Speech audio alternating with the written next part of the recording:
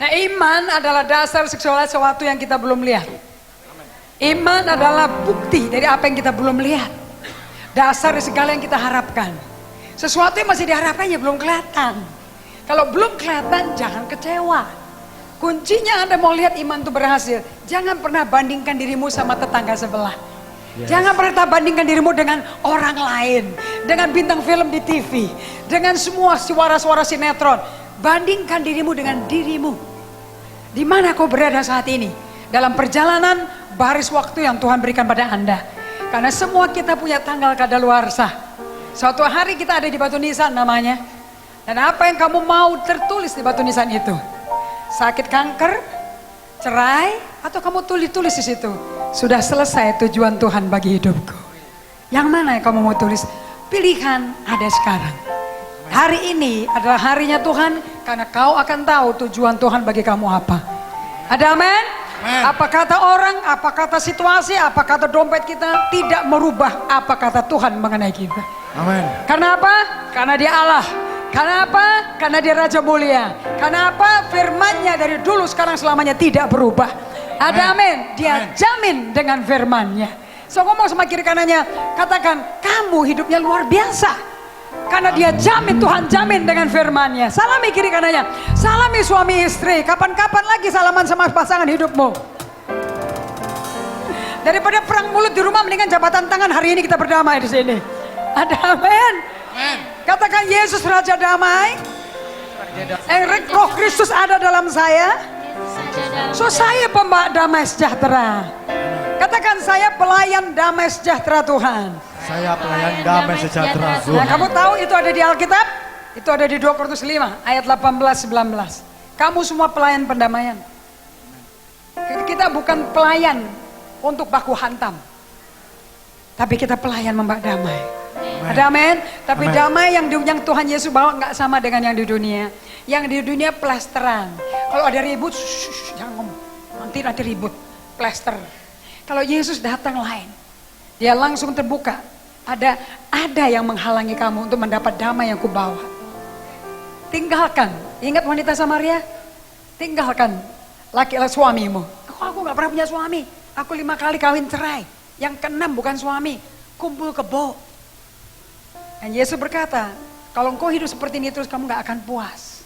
Kamu akan selalu haus. Tapi kamu ambil air dari aku yang akan tidak pernah bikin kamu haus lagi. Nah itu adalah air hidup Yesus Kristus masuk dalam hidupnya dia. Ada amin? Semua orang yang terima Yesus punya tujuan hidup. Hidup kita diberesin sama Tuhan. Seperti gedung ini gak mungkin bisa berdiri kalau tidak ada blueprint. Kalau tidak ada rancang biru. Rancang birunya kita udah jadi, namanya Alkitab.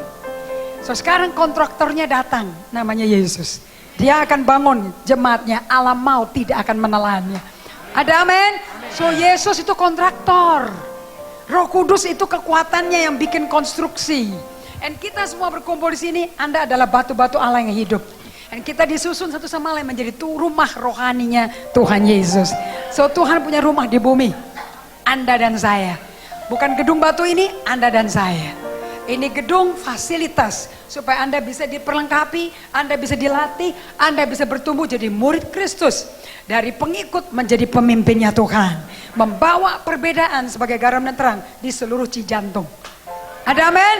Dan Cijantung akan diberkati Tuhan. Cijantung akan lihat mujizat. Cijantung akan lihat orang sakit disembuhkan. Cijantung akan lihat orang miskin dipulihkan. Ada amin? Kira-kira Tuhan bekerja melalui siapa? Tunjuk pada kiri kanannya, kamu melalui saya. Tunjuk pada kiri kanannya. Tuhan melakukan mujizat melalui siapa? Tanya dong mata ke mata, gigi ke gigi deh. Masa mau nanya begini? Kan itu gengsi sekali. Ngomong sama kiri kanannya. Kalau diajak ngomong itu mesti ada eye contact. Mesti ada kontak mata. Kalau nggak tersinggung orang, kalau nggak dihormati loh. Oke, so di tempat ini di rumah Tuhan kita saling menghormati, utamakan satu lebih atas yang lain. So ngomong sama kiri kanannya, kira-kira mujizat di Cijantung melalui siapa? Tanya dong sama kiri kanan, jangan liatin saya.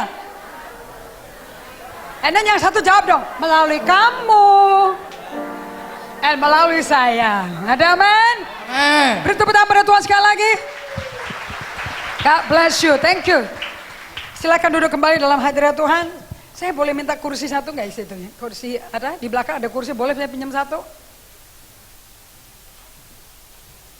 Kita mau lihat saya sebetulnya bawa USB untuk PowerPoint untuk bisa ditayangkan ke layar. Namun karena peralatan di sini masih sementara karena gedung ini baru sementara ya, yang nanti permanennya di atas ya, betul apa tidak? Pak, saya jangan duduk situ Pak, buat di sini. Ini buat perkakas saya Pak. Kalau enggak mejanya ogel-oglel.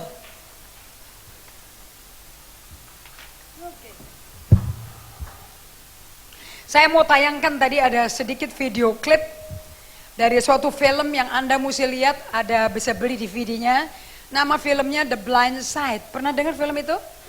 Blind Side. Ya, bukan film mengenai orang buta ya. Bahwa di dalam kehidupan kita itu ada titik-titik di mana kita tuh nggak lihat, tapi yang bisa lihat tuh orang lain. Jadi mungkin kita merasa jadi kita miskin, nggak berdaya, nggak ada yang mau, orang tua berantakan, orang tua cerai, nggak ada yang gedein aku makan dari tetangga ke tetangga. Apa tujuan hidup ini? Nah, untuk orang yang seperti itu mikir mengenai diri sendiri, Anda itu punya blind side, sisi di mana pandanganmu dibutain. Nah, kalau ketemu orang yang hidup dengan pandangan mata supranatural, adikodrati, pandangan matanya Tuhan, melihat Anda, dia nggak lihat Anda seperti Anda lihat diri Anda. Dia lihat Anda seperti Tuhan lihat Anda. So di film ini, ada orang kaya raya sekali di Amerika, tapi anak Tuhan. Anak Tuhan bisa kaya raya toh? Betul ya, karena kerja keras. Ya? Nah, mereka punya restoran seperti McDonald, tapi jual makanan Meksiko, namanya Taco Bell. Seluruh Amerika ada semua Taco Bell. Ya. Nah, suatu hari, istrinya itu, Mrs. Anne Leanne Tui, nah ini nih orang yang cinta Tuhan menggebu-gebu. Dia tuh terbeban, dikasih hatinya dibakar sama Tuhan untuk peduli sama orang-orang yang anak-anak yang dibuang. Yang maminya hamil luar nikah terus dibuang anaknya. Enggak dimaui, ditaruh di yatim piatu atau ditaruh di tong sampah atau taruh di pinggir jalan. Dia cari orang seperti itu. Anda mau tahu kenapa? Kita buka ke Mazmur 139 sebentar ya. Mazmur 139. Kalau Anda punya Alkitab, puji Tuhan. Kalau tidak punya Alkitab, cari tetangga yang punya Alkitab, terus senyum Pepsoden. Pasti dipinjemin. Ada amin? Kalau engkau tabur kebaikan, kamu akan tuai kebaikan. Amin? Mazmur 139, kita mau lihat ayat yang ke-13 sampai ke-16. 13 sampai 16. Dan Anda yang tidak bawa Alkitab bisa lihat ke TV-nya. Kalau bawa Alkitab, saya kasih tahu lagi, puji Tuhan. Kenapa? Tahu alamatnya sebelah mana. Nanti kalau ada masalah, Bapak Albertnya nggak ada di dekat kamu, pendeta-pendeta diteleponin pada nggak tersedia semua, tapi Alkitab tersedia, dia menjamin hidup kamu. Ada amin? Cuman mesti pinter bukanya di sebelah mana. Ya kalau orang-orang Tionghoa itu, kalau udah ngitung duit itu tutup mata kecium baunya 50.000 perak, 100.000 perak dia hafal gitu loh. Nah kalau kita umat kerajaan Allah, anaknya Allah yang lahir baru ditebus oleh darah Yesus, kita bisa luar kepala. Taunya ini di Mazmur nih, pasalnya sekian nih, ayatnya sekian. Kayaknya halamannya sebelah kanan deh, sebelah kanan bawah deh. Pertengahan segitu deh, Anda mesti tahu. Kenapa? Setan aja tahu Alkitab. Makanya kamu dibikin ngantuk dan malas baca Alkitab. Kenapa? Sebab setan takut anak Tuhan tahu Alkitab. Setannya takut. So, kalau kamu tahu Alkitab, dianya habis. Kalau orang Manado bilang dia totofore. Dia gemetar. Dia heart attack, serangan jantung. Anda nggak percaya? Waktu Yesus dibawa Roh Kudus ke padang gurun untuk dicobai iblis. Roh Kudus loh yang bawa untuk dites. Dia punya iman. Untuk dites, dia hidup untuk rencana Tuhan atau rencana ambisi sendiri. And so iblis menggoda dia. Waktu itu Yesus sudah puasa 40 hari 40 malam. Kalau kita suruh puasa 4 hari aja negosiasi kan ya. Nah, makanya jam berapa ya? Boleh minum nggak? Boleh telan ludah nggak? Betul apa tidak? Segala macam cara dicari deh supaya kita bisa bertahan berdiri. Kalau nggak lemas kan ya. Anyway, kemudian iblis berkata begini. Yesus lagi lapar ya. Nama Yesus itu adalah Allah yang dibungkus tanah. Kalau dia nggak pakai tanah, namanya Kristus. So Anda mesti tahu bedanya. Yesus Kristus itu apa? Yesus anak manusia, Kristus Mesias, Kristus artinya diurapi, disemir, diinfus sama pribadi Allah sendiri. Oke, itu ada di Kisah Para Rasul 3 ayat 19. Yesus Kristus yang disediakan bagi kita sebagai Kristus. So apa bedanya Yesus sama Kristus dan? Yesus harus pakai badan tanah kayak kita. So katakan sama-sama, badan kita, dicubit deh pipinya, badan kita. Kalau yang cewek-cewek pakai dempul, pakai bedak, pakai eyeshadow, ini cuma selongsongan. Tahu gak selongsongan? Tahu gak selongsongan? Kalian pernah tahu komputer, laptop? Kan ada mereknya IBM, IBM, Compaq, Dell, Lenovo, itu mah selongsongan. Dalamnya sama semua. Itu Pentiumnya aja beda. Tapi komponennya sama semua. Cuman baju casing. Mungkin bahasa Inggris lebih ngerti kali ya. Casing ya. Jadi kita ini casing ya. Ada casing kuning, ada casing putih, ada casing hitam kelam, ada casing coklat. Casing. Tapi Yesus datang bagi semua roh. Ada amin. Di dalam manusia, Papua, Ambon, Manise, orang Papua Nugini, Irian Barat, orang Aceh, orang Halmahera, Ternate, Sangir Talaut, semuanya Jawa, Kalimantan, Bali, mau Hindu kayak mau agama apapun, casing. Makanya ini casing kalau mati balik ke casing. Tanah dari debu kembali ke debu. Makanya jangan menghakimi orang. Tuh orang gembrot, tuh ceking, lu cerewet.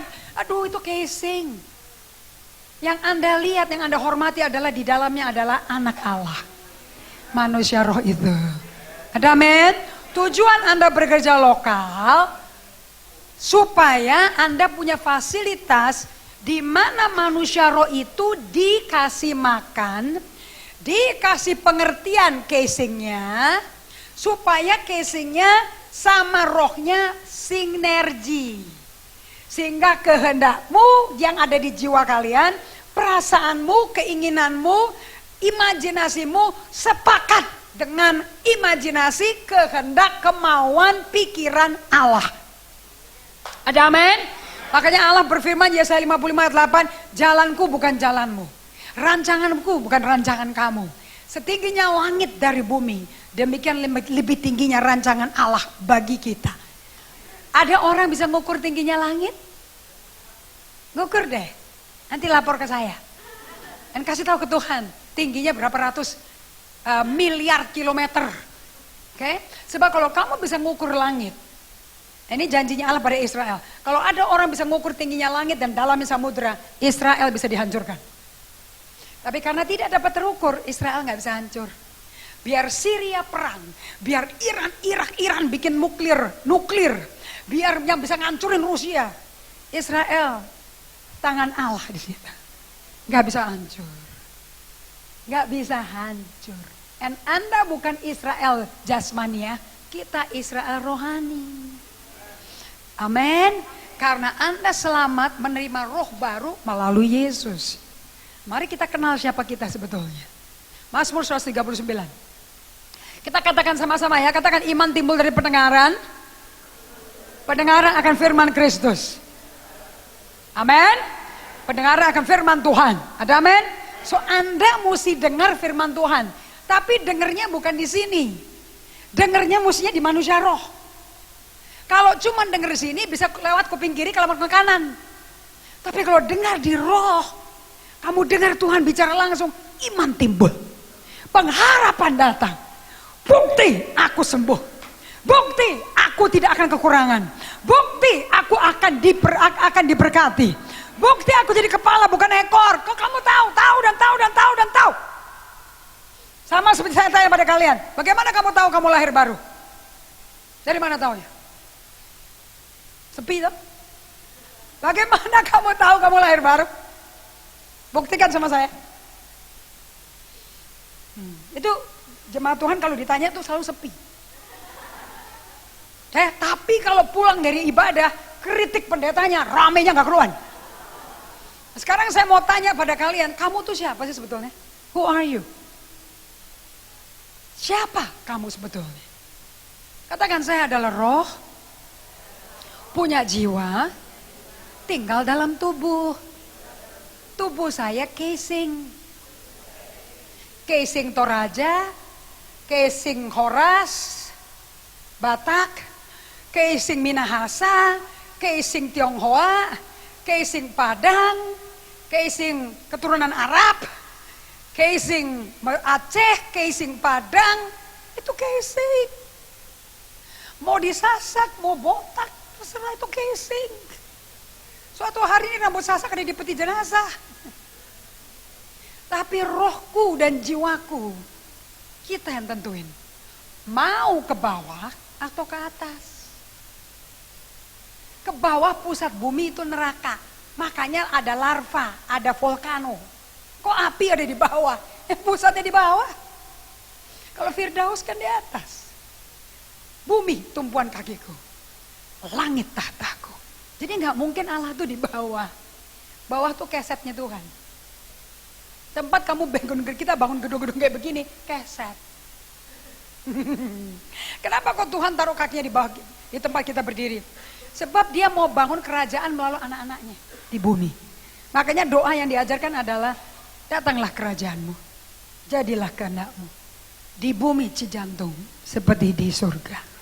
Jadi mestinya orang tuh nggak kepingin ke surga, datang ke Cijantung pun udah kayak surga. Tapi untuk bikin kamu seperti Yesus, serupa Kristus, butuh proses. Katakan proses. So ngomong sama kiri kanan, saya ini kerjaan Tuhan sedang dalam proses.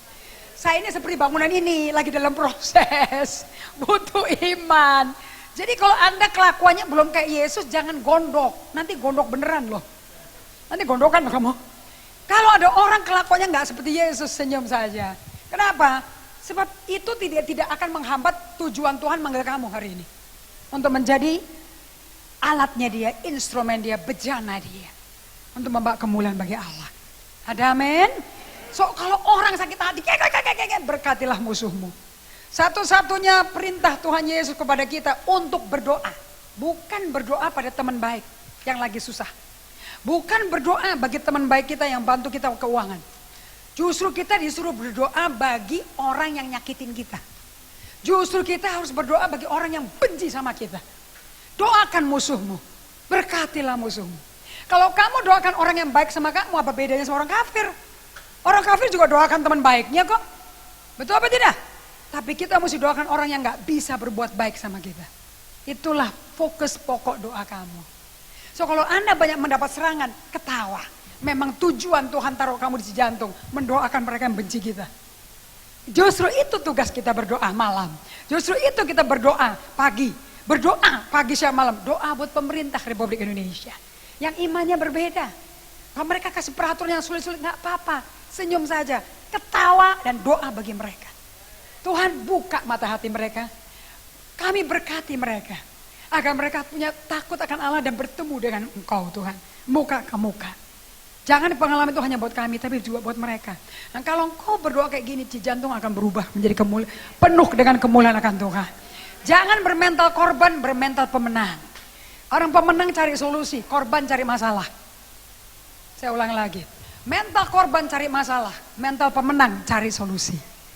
Ada amin? Nah, Kristus dalam kalian pengharapan kemuliaan kita, Kolose katakan itu. Paulus tulis surat berjemaat Kolose. Kristus pengharapan kemuliaan kita. Dengan Roh Kristus ada di kita, kita beri pengharapan bagi siapa yang berhubungan sama kita. Kenapa? Kita punya jaminan firman-Nya. Mereka nggak punya jaminan apa-apa. Mereka kalau mati pun doanya apa? Semoga arwahnya diterima. Jadi belum diterima. Kalau kita mati sekarang happy kita. Ada amin. Jadi kalau mati sekarang pun di sini, haleluya. Murah kan? Gak usah pakai kuburan, langsung take off, man. Betul gak? Dan kalau meninggal di tempat ini sudah terima Yesus, sudah lahir baru, kita pesta sekali, membumbung, pemusiknya bagus. Kita jangan nyanyi lagu, oh mati, bersukaria. Dianya udah take off ke surga. Di sini ada orang NTT. Saya punya misi, saya bangun sekolah di NTT, di dusun, bukan di kampung loh, dusun loh. Sampai bupati aja nggak tahu ada dusun. 600 keluarga. Bupati baru tahu ada dusun karena Indri Gautama masuk ke situ. Dan saya bawa jemaat saya yang kita latih sebagai murid. Kita ke sana. Kita mau jadi uluran tangan Tuhan. Kita mau jadi sambungan kaki Tuhan. Untuk menyampaikan kabar baik. Injil keselamatan itu. Injil kerajaan Allah. So semua anak kecil tadinya saya mau kasih sembako. Pada waktu mereka banyak musim kemarau. Banyak yang mati di gunung-gunung.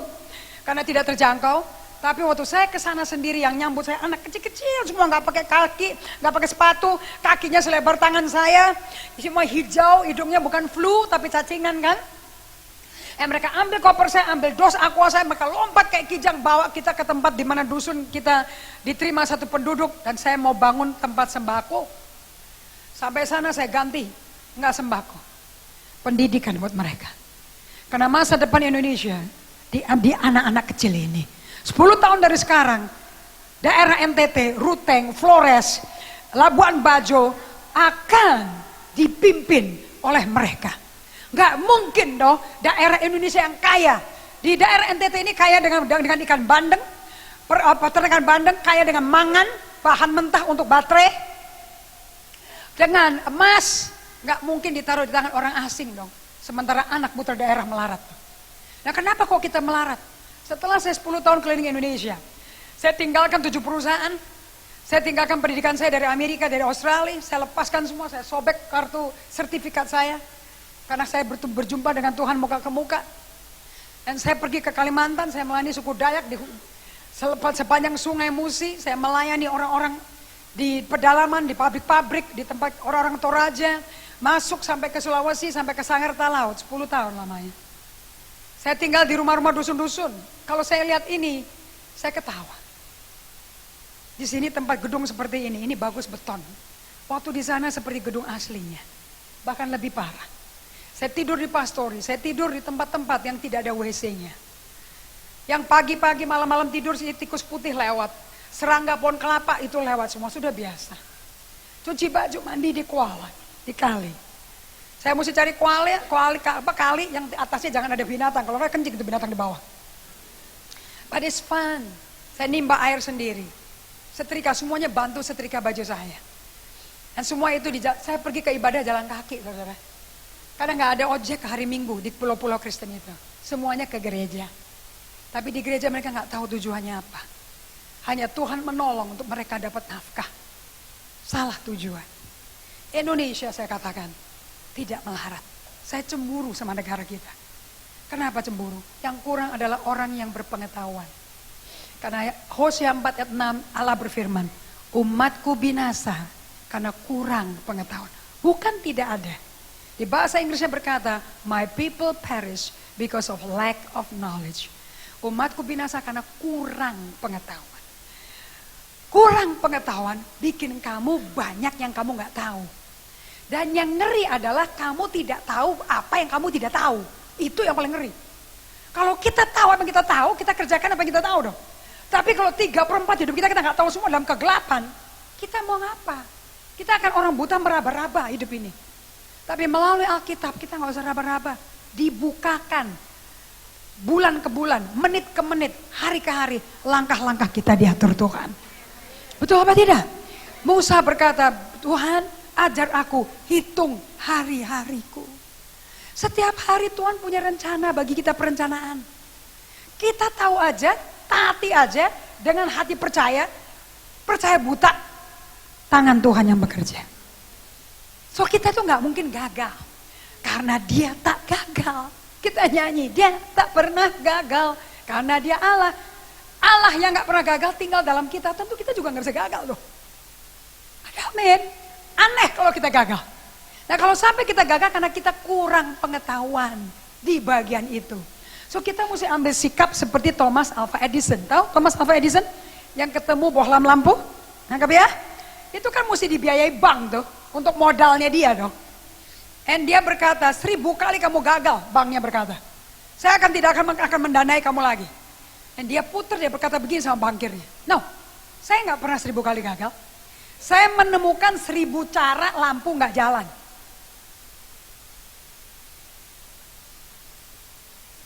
Anda lihat bedanya orang punya pengharapan sama orang yang putus asa?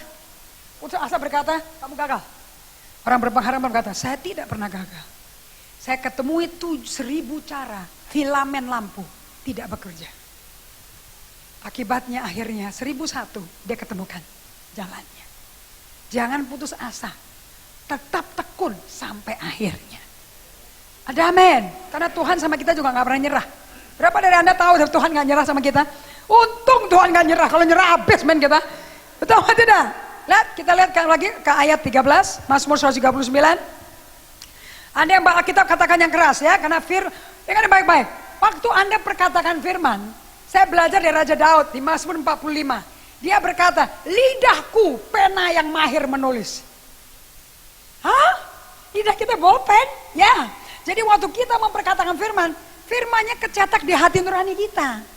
Makanya Anda kalau baca firman bersuara, Anda lagi nabung. Lagi nabung firman. Waktu mendadak setan menyerang. Waktu ujian datang mendadak, ekonomi hancur, bisnis sepi, penyakit timbul. Kamu berkata, Yesus tolong. Dan kamu tahu jawaban dong. Itu jawaban gak dari sini. Shut, keluar sini. Tiba-tiba bisa ingat ayat itu. Itu kok bisa keluar dari mana? Karena kamu nabung. Kalau gak pernah ditabung mau keluar Roh Kudus mau kerja gimana? Jelas. Dan dikatakan di Mazmur 51 di doa pertobatannya Daud. Di dalam batin kami, kau mau kami simpan firman. So firman jangan di sini hafalan, ngantuk. Firman mesti pindah kemari.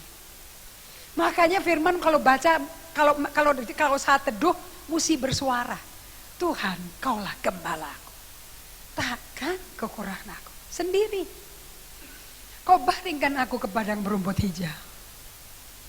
Kau tuntun aku ke sungai yang tenang. Kau segarkan jiwaku. Kamu lagi ngapain? Pindah dari Alkitab ke dalam batin kamu. Nanti karena masalah kamu berseru pada namanya dia. Syuk, aku tahu, Tuhan bicara, aku tahu dan tahu, aku sembuh. Itu saya alami waktu saya sembuh dari 8 tumor. Saya tahu dan tahu, saya akan sembuh. Keluar kayak air kayak bludak sih. Thank you Lord untuk kesembuhan ini. Terima kasih untuk kesembuhan ini. Oleh satu perkataan yang dia katakan, oleh bilu-biluku kamu tidak akan, kamu telah sembuh. Keluar di sini. Terima kasih Tuhan, ucapan syukur yang keluar. Kapan saya pernyataan sembuhnya? Baru 2 minggu kemudian. Dokter angkat tangan semua. Dan saya sembuh pada waktu saya dibaptis Roh Kudus. Hilang sampai hari ini. Bukankah luar biasa? Hanya butuh firman dan Roh Kudus. That's all. Makanya Pak Niko kalau bernyanyi, Mas berak dan permata tiada artinya, ku ingin lebih dekat bersekutu denganmu. Benar, habisnya dia sumber segala-galanya. Tapi firmannya harus di dalam kamu. So, kalau saya katakan mari kita perkatakan, ikut ya. Ikut ya. 2, 3, ayat 13. Yuk, 1, 2, 3. Sebab engkau lah yang membentuk buah pinggangku, menenun aku dalam kandungan ibuku. Terus 14.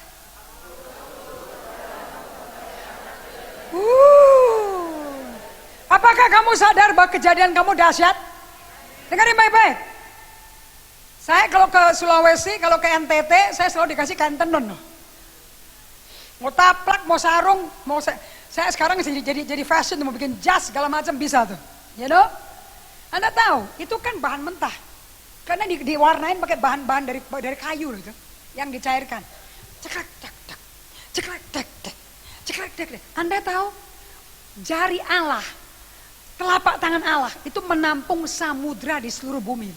Atlantik, Jawa, Cina, Pasifik, Indian Ocean, itu setengahnya telapak segenggam tangan dia. Segede gitu tangannya, menampung 5 samudra besar. Belum Antartika. Dengan apa? Jarinya nenun kamu di rahim ibu kamu. Bukankah kejadian kamu spesial? Bukankah kamu berharga sekali? Bukankah di dalam kalian ada sidik jari Tuhan? Karena dia nenun kamu. Betul apa tidak? Bahkan retina kita beda semua loh. Sekarang Anda bisa ke Cengkareng Airport masuk pakai safir. Anda masuknya pakai retina ya, malah kayak gini lah. Langsung dibaca retina. Karena retina kamu sama saya beda. Coba angkat ibu jarinya. Angkat ibu jari. Semua angkat ibu jarinya. Nah lihat ibu jari kalian. Berapa orang masuk bikin KTP, bikin paspor, mesti pakai sidik jari. Ya, kenapa kok sidik jari dipakai? Karena nggak ada satu sidik jari yang sama. Begitu uniknya kita, sekarang ada 7,6 miliar manusia di bumi. Ada 7,6 miliar sidik jari. Yang tidak ada yang sama seperti kamu punya. Nggak ada yang sama seperti saya punya. Kita unik. Karena Tuhan sendiri yang tenun. Ada amin? Katakan saya unik. Nggak ada kopinya. Nggak ada KW1. Nggak ada KW2 saya. Otentik, men. Cium dong. Otentik. Luar biasa? Luar biasa? Karena kamu otentik. Kalau yang satu pakai mobil Honda Accord, kamu masih pakai Avanza, jangan dibandingin. Mobil nggak bisa dipakai sebagai alat pembanding. Ini Jo. Nggak ada duanya. Hanya ada satu Indri Gotama dengan satu sidik jari. Kalau ada orang ngaku-ngaku Indri Gotama, kita cek sidik jari. Oh ini KW2. Adanya di Mangga 2. Made in Korea atau made in Cina. Betul Pak? Ini made in surga dong. Oke, karena kita made in surga, kita kali bersurga. Lanjut. Aku bersyukur kepadamu oleh karena kejadianku dahsyat dan ajaib. Ajaib apa yang kau buat, jiwaku benar-benar menyadarinya. Lanjut. Tulang-tulangku tidak terlindung bagimu. Jadi semua tulang Tuhan lihat loh. Kalau ada rematik dia juga tahu loh. Ketika aku dijadikan di tempat tersembunyi, dan aku direkam di bagian-bagian bumi paling bawah. 16, katakan sama-sama yang keras. 1, 2, 3. Matamu melihat selagi aku bakal anak. Dan dalam kitabmu semuanya tertulis hari-hari yang akan dibentuk.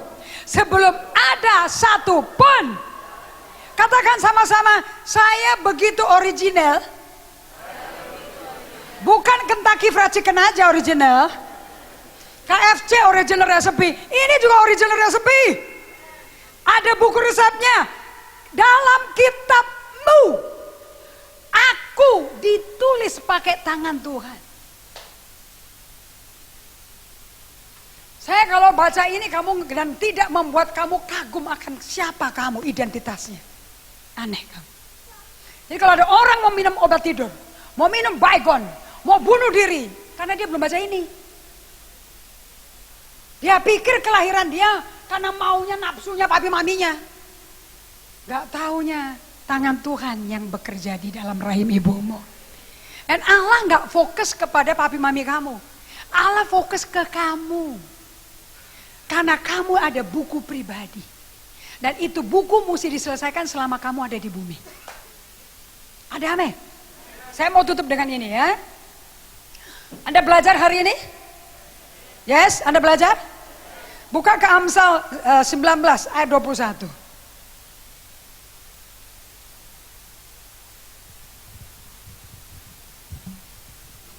Saya turun aja ya, gak apa-apa ya. Saya suka bergaul sama orang. Kalau bagian firman tuh enak berkenalan. Karena kamu tuh berharga, kamu biji mata Tuhan. Ada amin? Jadi kalau mau benci sama orang pikir-pikir dulu, ini biji mata Tuhan bukan ya? Entah kalau colok-colok, nanti Tuhannya marah lagi, pedrihkan gitu. Betul apa tidak? Betul apa tidak? Bukankah biji mata kita ada kelopaknya, ada bulu matanya? Betul nggak? Itu kan berarti kan mata kita berharga kan? Sebab apa yang kita lihat menentukan apa yang kita lakukan. Dan apa yang kita lakukan sesuai apa yang kita lihat menentukan apa hasilnya kita. Sebab kamu adalah bagaimana kamu berpikir. Kalau nasibmu sial, kalau hidupmu susah, karena cara berpikir kamu lihat dirimu kayak begitu. Kamu produksi apa yang kau lihat tentang dirimu.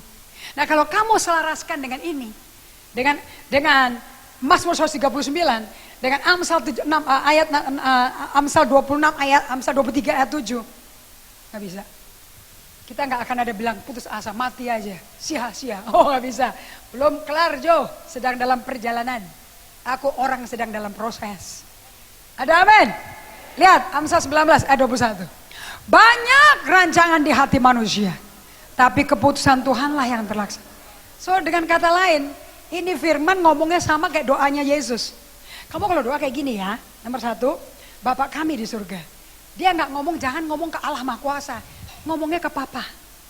So, nomor 1 kamu mesti make sure pastikan kamu ada dalam keluarga Allah. Kalau tidak ada dalam keluarga Allah, doanya nggak didengar. Hanya anak bisa ngomong ke Papa. Allah mesti jadi papamu. Makanya kalau engkau lahir baru, kata lahir itu di keluarga. Nangkep ya? Kalau kamu lahir di keluarga Allah, kamu doanya Papa. Aku tahu kau sayang aku. Aku tahu pasti doaku didengar. Karena aku anaknya. Ada amin? Dan Alkitab tidak berkata bahwa kita adalah cicitnya Yesus. Tapi Alkitab berkata, barang siapa dalam Kristus, dia ciptaan baru. Yang lama telah berlalu, yang baru sudah datang. Dan Roh Kudus di dalam kamu bersaksi. Roma 8 ayat 15-16.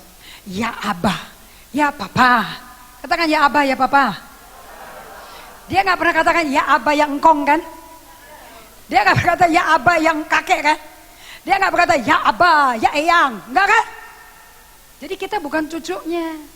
Kita setara seperti Yesus, anak Allah. Warisan Allah bagi Yesus ya warisan kita. Jadi kamu punya warisan. Kamu ini orang miskin, orang kaya. Ya mukanya jangan sedih dong. Kan yang bikin warisan belum mati-mati nih. Ada amin? Yuk lanjut yuk. Oh. Sekarang saya mau buka ke Yeskel 37. Saya mau tutup dengan ini. Saya mau tutup ini untuk membangkitkan iman kalian. Yeskel 37. Lalu kekuasaan Tuhan meliputi aku, dan ia membawa aku keluar dengan perantaran rohnya, dan menempatkan aku di tengah-tengah lembah. Dan lembah ini penuh dengan tulang-tulang. Nah Anda lihat ya, ayat satunya, satu. Lalu kekuasaan Tuhan meliputi aku. Ia membawa aku keluar dengan perantaran rohnya. Berarti ini Yehezkiel casingnya apa Yehezkiel rohnya? Rohnya. So dia masuk ke alam roh. Jadi kalau Anda mau dapat penglihatan, Anda mesti di dalam roh. Supaya Anda melihat alam adi kodrati. Sebab di atas kita ada 3 surga. Ada berapa surga? Oke. Yang di atas Anda atmosfer, stratosfer, troposfer. Ini tempat roh-roh jahat berada. Roh-roh jahat. Jadi setan gak jauh. Bahkan di rumahmu, bahkan di sini juga banyak.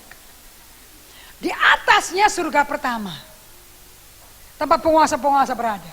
Di atasnya surga kedua. Yang surga ketiga yang masuk ke situ namanya Rasul Paulus. 14 tahun yang lalu aku gak tahu di dalam tubuh apa di luar tubuh. Tapi aku masuk ke surga ketiga. Dan aku mendapat pewahyuan yang aku gak bisa ngomong sama sekali. Dan supaya aku gak sombong dengan penyataan-penyataan Allah, aku dikasih duri di badanku. Ingat ini? Utusan iblis untuk menggocoknya supaya dia rendah hati terus. Sampai dia mendengar, Tuhan aku gak kuat, singkirkan duri ini. Yang Yesus berkata, saat kau lemah, kasih karuniaku sempurna. Jadi orang Kristen tuh paling bagus waktu menderita. Kenapa? Supaya kasih karunia Allah melimpah. Kalau kamu mengandalkan Tuhan. Kalau gak mengandalkan Tuhan ya kepahitan toh. Ya kepahitannya mental korban. Ya terjadilah sesuai perkataanmu. Dan apa kata setan terjadi. Tapi kalau kamu percaya pada firman, apa kata Tuhan yang terjadi. Ada amin? So ini di alam roh ya. So dia ngelihat tulang-tulang kering di lembah. Ini tulang siapa sih?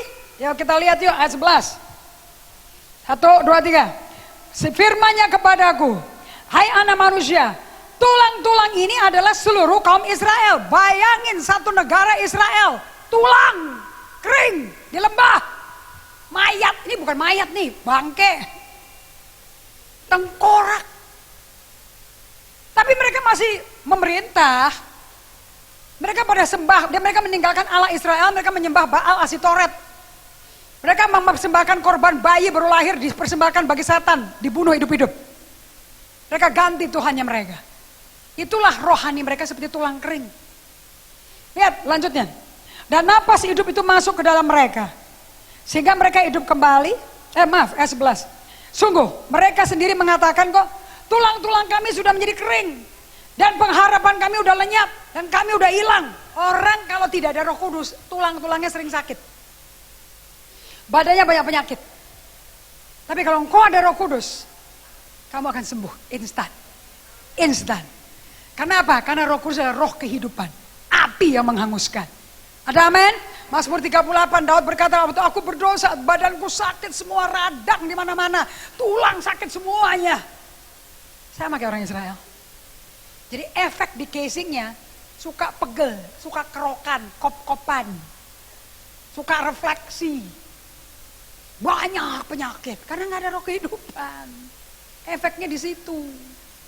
Dikasih obat kimia, cuma neken sakit tapi nggak nyembuhin.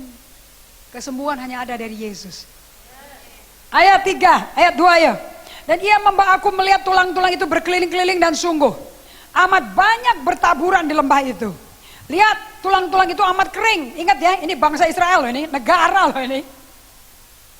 Lalu ia berfirman kepadaku, hai anak manusia, dapatkah tulang-tulang ini dihidupkan kembali? Yeskiel berkata, tulang kering, sangat kering, mati. Bisa hidup gak? Tuhan berkata, bisa hidup gak? Nah Yeskiel ngeliatnya tulang kering, hidup apa enggak ya? Model kayak gini gak tahu deh gue nih. Engkau yang tahu Tuhan.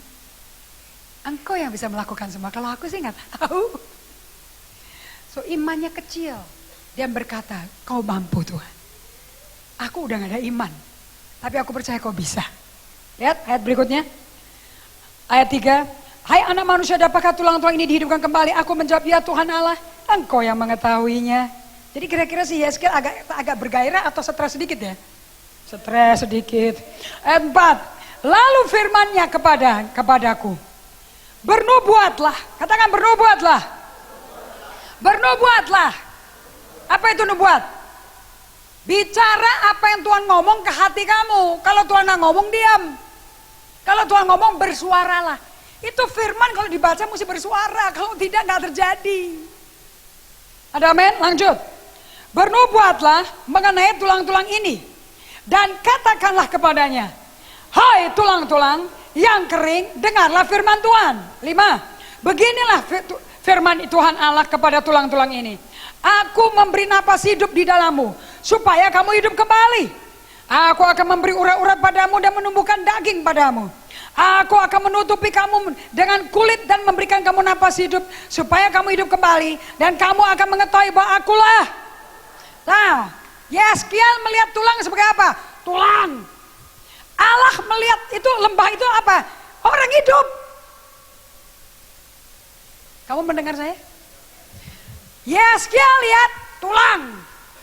Stres, perkawinan udah kering, udah mau cerai. Ekonomi udah bangkrut. Penyakitannya udah habis, merusak organ. Udah tulang kering, udah mati. Tapi Allah berkata, sembuh kok. Perusahaannya akan hidup lagi kok. Untuk membiayai pelebaran kerajaan Allah kok. Apa yang Yeskiel lihat sama apa yang Allah lihat tidak sama. Apa itu iman? Iman timbul waktu kamu ngelihat apa yang Tuhan lihat. Bagaimana engkau membuat perhitungan dalam dirimu, begitulah kamu. Sampai kamu ngelihat apa yang Tuhan lihat, tidak akan terjadi apa-apa. Sampai kamu lihat ini gedung lantai 2, isinya murid-murid Kristus, visinya apa? Saya nggak tahu. Tentu pasti Pak Albert terbeban untuk melihat tempat ini Injil keselamatan kerajaan Allah diberitakan. Orang-orang sakit kemari sembuh, orang buta melihat, orang tuli mendengar, orang kusta ditahirkan, orang miskin mendapat kabar baik, solusi keluar dari kemiskinan. Ada amin? Saya tahu solusinya. Makanya saya keliling Indonesia sampai ke Tembagapura, sampai ke Grasberg, saya nangis, saya bilang, Tuhan, aku gak terima Indonesia bukan negara miskin. Negara kita terlalu kaya, tetapi orang-orangnya kurang pengetahuan, terutama yang di gereja. Kenapa? Ini Alkitab kita, isinya pencipta kita punya buku biru. Ini blueprint. Ini Alkitab bukan buku pendeta, blueprint. Gambar cetak biru, bumi mesti seperti apa? Manusia yang dibikin serupa gambar dia, dengan kuasa mestinya ngapain? Jelas gak? Nah kalau kita punya pandangan akan negara Indonesia, kepulauan 17.000 pulau, 771 bahasa, dialek, dan semuanya melarat. Makan sirih, telanjang gak pakai baju. Sementara orang Amerika kaya raya pakai helikopter ke kantornya. Kamu jangan marah sama orang Amerikanya. Mereka punya pengetahuan, kita gak punya. Makanya pendidikan itu penting. Kenapa saya sampai ke NTT? Bayar 800 juta buat sekolah di NTT. Buat bayar izin padahal kita lembaga sosial. Nggak cari untung, nggak ada bayar uang sekolah. Jemaat saya ahli farmasi. Jemaat saya guru dari Solo. Setelah dibimbing menjadi murid Kristus, dia bilang aku mau melayani di sana. Sudah 8 tahun jadi misionari dalam kedok guru. Supaya dusun itu mengenal kuasa kasihnya Allah. Kalau bukan orang Indonesia yang kerjakan, siapa yang mau kerjain? Kita mesti cinta negara kita. Kita mesti cinta bangsa kita. Semua yang made in Amerika tidak begitu bagus. Buktinya sekarang Amerika bangkrut. Amerika utang sama Cina hari ini. Amerika Serikat ngutang, utangnya gak bisa dibayar. Makanya pengusaha Donald Trump masuk. Karena dia pengusaha pintar. 7 kali bangkrut orang, berdiri terus. 7 kali orang benar jatuh, dia selalu berdiri. Karena kita punya, Tuhan punya buku pintar, kita nggak mungkin dihapus. Tinggal kontraktornya, tinggal kita belajar bagaimana menghidupi perencanaan Allah bagi kita. Kalau ada yang ngajarin aja, pengetahuan kita dapat, pasti kita bisa menjadi apa yang Tuhan rancangkan bagi kita. Ada amin? Ayo lanjutin yuk, habisin sedikit lagi ya, 5 menit lagi ya. Lalu aku bernubuat seperti diperintahkan kepadaku. Dan segera sesudah aku bernubuat, kedengaranlah suara, sungguh suatu suara berderak-derak. Coba ambil pensil, mumpung kursinya sini kayu. Ambil pensil semua, ambil pulpen. Dan mulai ketok-ketok di bangku ini. Nah suara berderak seperti ini berbunyi. Di lembah itu, tulang-tulang mulai berdiri. Tengkor terus. Perkawinan kering mulai berdiri. Tulang-tulang perkawinan kering mulai berdiri. Bisnis bangkrut mulai hidup kembali. Penyakitan orang mulai berdiri. Mendapat kekuatan baru. Karena ada kehidupan, maka tulang itu bisa berbunyi. Ada api di tulang itu. Lihat. Ayat 8. Sedang aku mengamat-amatinya. Lihat. Urat-urat ada dan daging tumbuh padanya. Kemudian kulit menutupinya. Tapi mereka belum bernapas. Ayat 9. Maka firman-Nya kepadaku. Bernubuatlah kepada napas hidup itu. Bernubuatlah. Hai anak-anak manusia. Dan katakanlah kepada napas hidup itu. Beginilah firman Tuhan Allah. Lihat. Hai napas hidup. Datanglah dari keempat penjuru angin. Dan berembuslah ke dalam orang-orang yang terbunuh ini. Supaya mereka hidup kembali. Lalu aku bernubuat seperti diperintahkan Tuhan kepadaku. Dan napas hidup itu masuk ke dalam mereka.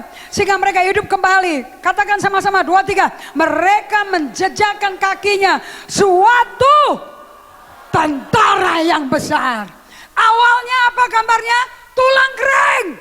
Akhirnya apa gambarnya? Tentara Allah yang besar. Itu perkasa, menakutkan. Tidak dapat dihentikan kekuatannya. Israel negara perkasa. Zamannya Daud, gak ada orang yang berani mengalahkan Israel. Zamannya Yosua, 1 orang berdua sama Kaleb, mimpin generasi muda yang gak kenal Tuhan sama sekali. Yang kerjanya ngomel aja, menyeberang sungai Yeriko, menyeberang sungai Yordan, ngancurin negara pertama Yeriko. Kemudian negara Ai. Kemudian 7 negara lebih kuat, lebih besar, hancur. Tanah perjanjian diperoleh. Israel menakutkan karena sombong, dia murtad, sembahyang ke Tuhan lain, Tuhan yang memenangkan mereka ditinggal, jadi tulang kering rohaninya. Tapi Allah belum kelar sama Israel. Bukunya udah ditulis mengenai hari-hari kamu, nggak bisa dicoret. Apa yang Allah firmankan pasti terjadi. Allah bukan manusia bisa berdusta. Apa yang dikatakan tidak bisa dibatalin. Jadi walaupun kondisi kita kering, hancur, tidak ada harapan, tidak ada masa depan, tapi Allah berkata, enggak, aku lihat tentara kok. Ada amin? Saya kasih kuncinya ya, supaya gedung ini berdiri dan selesai. 2017 harus selesai. Karena 2017 tahun Ayin Sayin. Ayin artinya mata Tuhan lagi lihat gerejanya. Ayin artinya itu, lambangnya tahun kalender Ibrani. Kalau mau belajar tahun kalender Ibrani, saya punya pengajaran. Itu dimulainya Keluaran 12. Waktu Israel keluar dari Mesir, kalender pertama, bulan pertama dibikin Tuhan, Nisan. Dimulai dengan Paskah. So kita mau masuk bulan pertama nih, kan mau Paskah kita. Bulan pertama dari kalender Yahudi. Dan bulannya beda sama bulan Maret kita, beda sama April. So miliki pengetahuan ini, karena setiap bulan ada namanya, ada nubuatannya. Karena hari-hari kita diatur Tuhan. Dari abis Nisan, masuk ke Shefat, masuk ke Syafan, itu udah diatur. Dan di tiap bulan itu ngalami apa sudah diatur. Makanya kita nggak bisa kekurangan. Yang bikin kita kekurangan, kurang pengetahuan. So saya bawa banyak itu CD-CD saya. Banyak buku rohani saya. Kemarin bukunya saya. Oke, dengerin baik-baik. Itu CD-nya saya. Harganya sudah murah-murah banget nih, Pak Albert kan jago nih rekaman nih. Sudah murah-murah banget. Buat kalian yang serius, saya kasih potong 50%. Itu biaya habis untuk perekaman sudah saat ini. Saya udah slash habis harganya. Tapi buat orang-orang di Cijantung, saya sayang sama kalian. Karena saya percaya, di setiap kamu ada buku biru yang Tuhan sudah selesaikan. Oke? Kamu punya tujuan. Oke? Karena tujuan Tuhan sajalah yang akan terlaksana. Manusia mau bikin rencana terserah. Tapi tujuan Tuhan saja yang terlaksana. Jadi yang ada di Alkitab yang digenapi, yang di luar kagak. Tentunya kita mau kasih sama kamu rekaman bagaimana mentaati Tuhan dong. Saya kasih kunci ya dari Yeskiel. Bagaimana tulang kering berubah jadi tentara yang luar biasa. 1, lihat gak apa yang Tuhan lihat? Kalau perspektif kamu gak sama dengan Tuhan, kamu gak bisa percaya Tuhan. Nomor 1, lihat, see. Yang kedua, itu visi harus dilihat. Habakuk 2, ayat 2 dan 3. Habis dilihat, ditulis. Habis ditulis, dibaca. Dan waktu dibaca, berbicara, bersuara. Sebab visi butuh suara kita. Dari mana saya belajar? Yeskiel, bisa hidup gak? Gak tahu, kan yang tahu. Dia belum lihat apa yang Tuhan lihat. Bernubuatlah. Bagaimana bisa bernubuat gak bersuara? Bernubuat kemana? Ke lembah apa ke telang? Tulang. Kalau kamu gak ngomong ke problem kamu, tempat di mana kamu problem akan bicara sama kamu. Kalau kamu gak ngomong ke gunung, gunung akan ngomong ke kamu. Yang memberikan takut dan bimbang pada kalian. So Anda setelah melihat apa yang Tuhan katakan, apa yang Tuhan lihat, aku melihat tentara Israel yang besar. Anda mesti nubuat ke situasi Anda. Kata Tuhan, kita adalah tentara Allah yang besar di Cijantung. Ini gereja Yesus Kristus ada tentara yang besar. Ini bukan orang sederhana, bukan orang miskin. Ini adalah tentara Allah. Tiap hari ngomong seperti itu. Kamu akan menjadi seperti apa yang kamu katakan. Apa yang kamu katakan harus seperti apa yang kamu lihat. Ada amin? Setelah bernubuat, terus bernubuat. Firman adalah kuasa Tuhan dibungkus kontainer. Karena firman Tuhan Yohanes 6 ayat 63 berkata, firmanku roh dan hidup. Jadi di dalam perkataan firman Tuhan, ada rohnya, ada kehidupannya. Makanya kalau kita ngomong firman ke tulang-tulang perkawinan yang kering, ke tulang ekonomi yang hancur, kita lagi ngomong hidup dan roh. Tangkap ya? Setelah nubuat, berkata, Yeskiel berkata 4 kali lebih loh. Bukan sekali langsung jadi loh, 4 kali loh. Setelah bernubuat berkata, masa orang-orang ini pintar berbicara kok? Pasti bisa, bicara firman. Ini tulang pasti sembuh. Oleh biru-biru Yesus akan sembuh. Jangan ngomong sakitnya, ngomong kesembuhannya. Nangkep ya? Setelah itu dia berdiri, tapi nggak ada nyawa. Gimana nih? Minta, Tuhan bilang minta dari 4 penjuru angin, hembuskan. Siapa angin 4 penjuru itu? Ruah Hakudas, Roh Kudus Allah. Apa yang terjadi di situ? Baptisan Roh Kudus, Pentakosta kembali, dipenuhi minyak urapan baru. Yang kamu perlu minta adalah 1, penglihatan Tuhan, vision. Yang kedua, tulis visinya, baca, perkatakan, ngomong keliling gedung ini, keliling tanah ini. Ini tempat aku lihat murid-murid Kristus ada tempat ini. Setiap tempat kami injak seperti Yosua injak tanah akan diberikan Tuhan pada kami. Izin semuanya sudah keluar, izin resmi sudah keluar, izin gangguan tetangga semua sudah keluar, dari Menteri Agama, dari kelurahan, dari wali kota sudah keluar semuanya. Aku panggil tulang-tulang, jiwa-jiwa bangkit, duduk di setiap kursi, tidak ada yang kosong sama sekali, semua ngalami Tuhan. Keliling ngomong.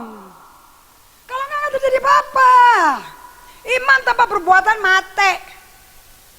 Seperti badan tidak ada roh, mati. Ada amin?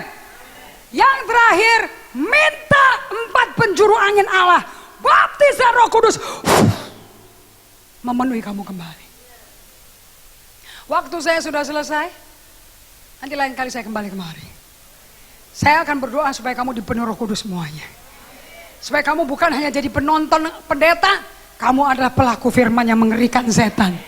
Ada amin? Kamu perkatakan tiap hari. Semua gedung ini, semua beton, semua dinding, semua kelas pemuritan, semua tempat kebaktian remaja, kebaktian mahasiswa, kebaktian anak, semua tempat akan ada di sini, di sini, di sini. Aku nyatakan tempat kebaktian remaja, tempat kebaktian anak-anak kecil, tempat kebaktian umum. Ngomong. Nanti terjadi. Nangkap ya? Dan kalau kamu bangun rumah Tuhan, Tuhan bangun rumah kamu. Itu udah ada di kitab Hagai pasal 1 dan 2. If you build my house, kata Tuhan, I'll build your family. Kalau engkau bangun rumahku, aku bangun rumah Tuhan. Jangan takut menabur. Ingat, 2 Korintus 9 ayat 10. Allah yang sediakan benih untuk kamu tabur. Dia gak ngutang kamu. Dia gak kasih hukum yang dia sendiri gak sediain. Dia Allah yang adil. Dan untuk benih yang kamu tabur, yang dia sediakan, nanti kamu tabur. Untuk bangun rumah Tuhan, nanti roti di rumah akan dipenuhi. Dapur gak pernah kosong. Gak ada kelaparan. Sama sekali. Karena benih yang dia sediakan, dan kamu tabur akan dilipat gandakan. Nah lihat ini hasilnya. Lihat hasilnya. Gak ada di dompet hasilnya. Hasilnya di mana Ibu Indri? Buah-buah kebenaran akan ada di kamu. Karakter Kristus ada di kamu. Orang Cijantung gak mau ke gereja ini. Kalau karaktermu sombong, cuek, dingin, dan tidak ada peduli. Gak ada orang tertarik. Kasih membuat hati hancur. Karena dunia gak bisa kasih-kasih. Tapi Roh Kudus adalah kasih Allah. Roma 5 ayat 5 berkata, kasih Allah itu tidak mengecewakan, pengharapan tidak mengecewakan. Karena kasih Allah dicurahkan di hati kita oleh Roh Kudus. So di mana kamu dipenuhi Roh Kudus, kasih Allah memenuhi kamu. Apa yang ada di hatimu akan keluar ke mulutmu. Kamu akan jadi pemberi, bukan peminta. Lebih baik memberi daripada meminta. Sebelum kamu kepingin orang lain baik sama kamu, lakukan dulu kebaikan itu pada orang lain. Matius 7 ayat 12 berkata, lakukan ke orang lain apa yang kamu kepingin orang lain lakukan ke kamu.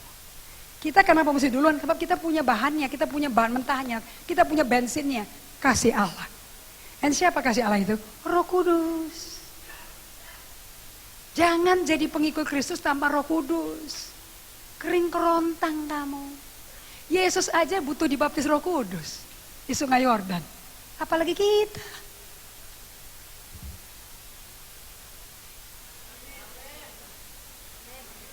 Mau saya balik lagi? Mau saya ngajar lagi? Mau kita lihat apa yang firman dibagikan jadi kenyataan? Mau pulang berbeda? Saya juga mau. Bukan kamu aja yang rindu, aku juga rindu. Karena kita semua mengalami tantangan di bumi ini. Kayak banyak kemalangan kamu alami, tapi bersukacitalah. Yesus berkata, aku udah kalahkan semua. Tapi kita akan hadapi. Cuman ngadapinya nggak sendiri. Dengan Roh Allah kita akan melakukan perkara besar. Makanya kita disebut umat pemenang. Bagaimana bisa menang kalau nggak pernah perang? Mesti perang dulu jadi menang. Betul apa tidak? Kita umat pemenang. Kita lah umat pemenang. Diserang. Murtad bagaimana begitu? Betul apa tidak? Katakan saya suka peperangan. Katakan saya suka tantangan. Katakan saya suka penderitaan. Iya, karena Roh Allah dalam kita akan membuat kita melakukan apa yang firman katakan. Dengan pedang bermata dua, firman Allah, kita kalahkan si tipu dayanya si setan. Ada amin. So saya mau tinggalkan tempat ini dengan berkata, kalian masih dalam peperangan, kalian masih dalam tantangan, bersukacitalah. Boleh saya tutup dengan satu ayat? Semua buka Mazmur 45.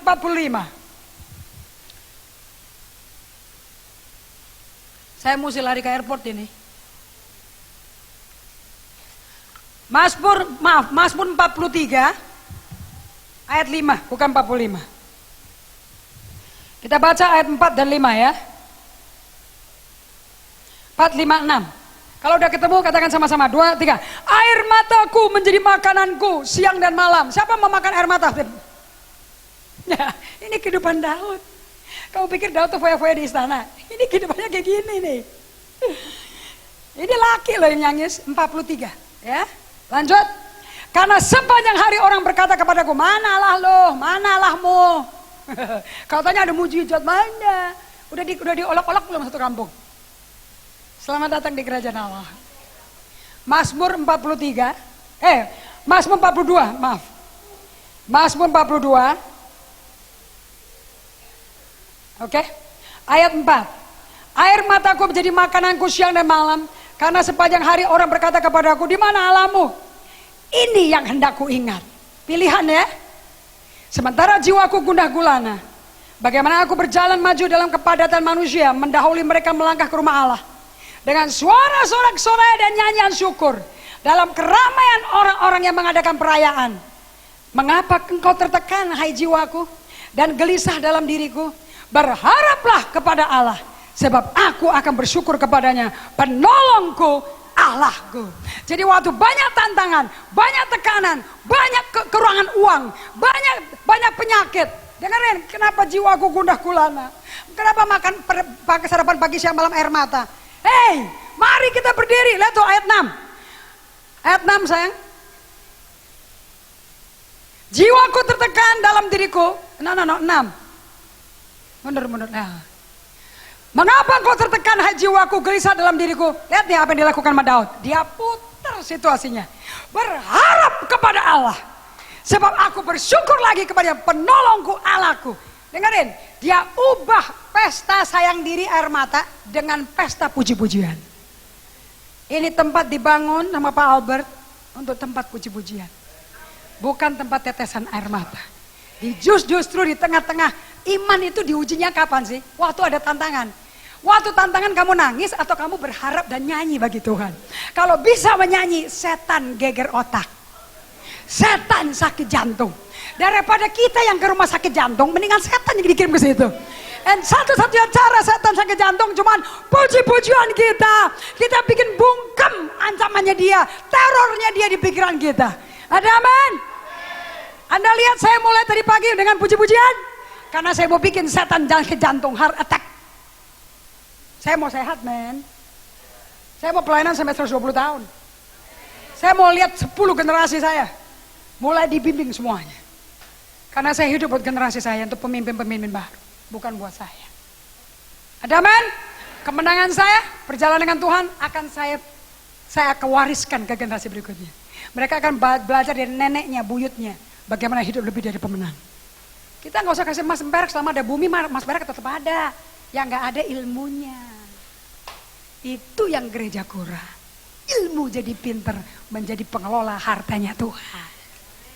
Kalau hartanya kamu nggak kelola benar, Tuhan kirim pengkhotbah 2:26, orang fasik, orang mafia akan ambil. Jadi kalau kita miskin karena kita kurang pengetahuan. Katakan, saya suka harus belajar. Siapa yang belajar pagi hari ini? Siapa yang belajar? Siapa yang berkata? Siapa yang rohnya, jiwanya diangkat? Iya. Aku suka ini. Siapa yang diangkat? Angkat tangannya, angkat tangannya. Saya kasih hadiah buat kamu. Iman yang tak tergoncangkan. Kejar serupa dengan Kristus. Hati yang menarik Tuhan kayak apa sih? Menjadi orang setia seperti apa? Anda suka Yehezkiel 37? Ini khotbahnya. Hormati orang tua. Atur visinya Tuhan di pikiran kamu. Oke? Saya tinggalin pewahyuan firman. Kalau kamu dengar praktekan, ini gereja akan berubah. Kamu gak akan ngomong ini gereja di daerah orang ekonomi menengah ke bawah. Ini gereja rumah Tuhan. Ini adalah kantor kedutaan besar kerajaan Allah. So isinya adalah utusan Kristus. Bukan orang-orang miskin, utusan Kristus. Ada amin. Bagaimana engkau melihat? Begitulah kamu. Dan saya belajar semuanya ini dari satu hamba Tuhan di Bahamas, di Karibian. Dari keluarga, dari pulau orang hitam yang miskin sekali. Anak pendeta Metodis. Bersebelas. Kalau makan satu ayam rebutan 11 laki-laki. Dan dia gak pernah berdoa, gak mau tutup mata, dia malah melihat dia. Kenapa? Selalu dapat leher soalnya. Dan suatu hari dia berjalan ke tempat daerah orang kaya. Oh, orang-orang kulit putih, orang Inggris yang mengkolonisasi pulau kita, hidupnya kayak begini ya, mewah sekali ya. Terus kita mesti makan ceker ayam, mesti makan leher ayam, rebutan dengan 11 keluarga saya. Ada apa sama Alkitab itu? Yang papa saya khotbahin. Dia buka Matius, Markus, Lukas, Yohanes, hanya 4 Injil itu. Dia bilang ini buku mengenai siapa sih? Mengenai siapa ini? Ada mengenai satu manusia, namanya manusia Kristus. Dia pelajari dari lembar ke lembar, kalimat per kalimat, titik koma per titik koma. Matius, Markus, Yohanes, Lukas, hanya 4 buku itu. Dan dia mendapat pewahyuan dan lahir baru umur 14 tahun. Dia membawa keluarganya dan satu pulau Bahamas keluar dari kemelaratan, keluar dari kebodohan, keluar dari penjajahan kolonisasi orang kulit putih, dan membawa kembali kekayaannya ke negaranya sendiri, ke bangsanya. Dr. Miles Monroe. Bukunya ada di depan, saya anjurkan Anda baca. Inilah Injil yang benar. Semua hamba Tuhan mestinya khotbahnya ini. Karena Yesus berkata bertobatlah karena kerajaan Allah sudah datang. Yesus enggak membawa kesembuhan, Yesus membawa kerajaan. Kerajaan bicara mengenai pemerintahan sistem baru. Dan sistemnya bekerja kalau kamu ada iman.